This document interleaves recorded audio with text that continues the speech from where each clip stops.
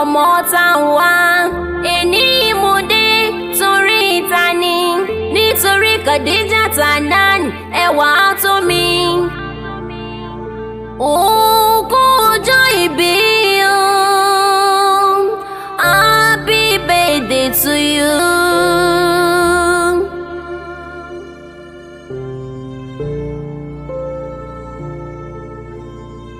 Ọdún ẹ ló dé, ọdún ẹ ló dé,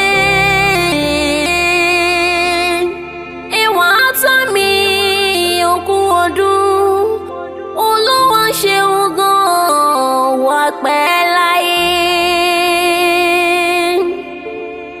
Wà á dàgbà wà á má dògbó, Ọlọ́run ọba mi ò mà ní jẹ́ kó tẹ́ láyé.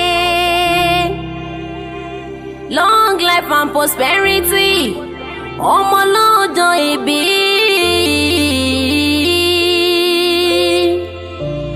Mo kí bàbá, mo kí màmá, ìyá ni wúrà, bàbá ni jígí. Ìyá gbóyún ọmọ lóṣù mẹ́sàn-án, ó pọ́n fọ́dún mẹ́ta. Ìyá kú iṣẹ́ o, ìyá kú ìtọ́jú ọmọ.